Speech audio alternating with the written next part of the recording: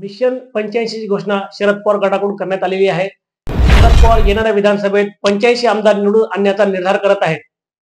कारण वस्ताद आपला डाव राखून ठेवतो तो शरद पवारांनी लोकसभेत दाखवला।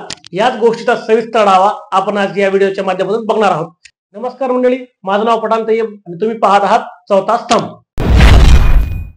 लोकसभा निवडणुकीनंतर राज्यात विधानसभेच्या जोरदार तयारीला सर्व पक्ष लागलेत। महायुतीत असलेल्या सर्व मित्र पक्षांना आपल्या पक्षाला जास्त जागा मिळाव्यात असे वाटत आहे। त्यात ते राज्य पातळीवरील पक्ष आहेत, त्यांना माहित आहे राज्याच्या राजकारणात आपलं अस्तित्व आहे, राज्याच्या बाहेर आपलं अस्तित्व नाही। भाजप हा राष्ट्रीय पक्ष आहे, अजित पवारांना राज्याच्या राजकारणात आपलं स्थान टिकवून ठेवायचे म्हणून त्यांना जास्त जागा हव्यात।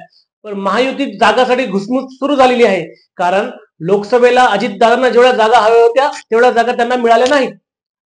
विधानसभा निवडणुकीच्या तोंडावर अजितदादा गटाचे जुन्नरचे आमदार अतुल बेनके यांनी नुकतेच शिरूरचे खासदार अमोल कोल्हे व शरद पवारांची भेट घेतली व माध्यमांमध्ये चर्चेला उधाण आले।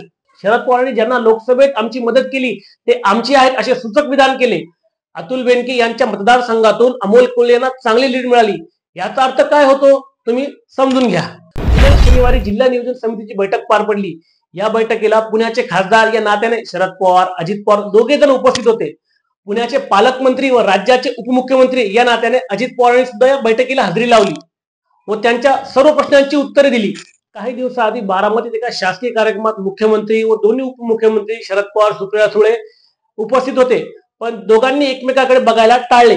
पण लोकसभेत अजितदादांना आलेलं अपयश आणि शरद पवारांच्या पदरी पडलेलं यश हे पाहता विधानसभेच्या तोंडावर अजितदादा गटाचे आमदार शरद पवारांना भेटत आहेत व संपर्कात आहेत असे प्रसार माध्यमातून आपल्याला ऐकायला मिळत आहे। या विधानसभेला तर दोन्ही पवार एकत्र येतील का असे सांगता येत नाही, कारण महाराष्ट्राच्या राजकारणात कधी काय होईल हे कोणालाच सांगता येणार नाही। काही हो, महाराष्ट्राच्या राजकारणात कोणतीही घटना घडो आपल्याला पाहायला आवडेल। आपला व्हिडिओ कसा लागला व चॅनलला लाईक व सबस्क्राईब करायला विसरू नका। धन्यवाद।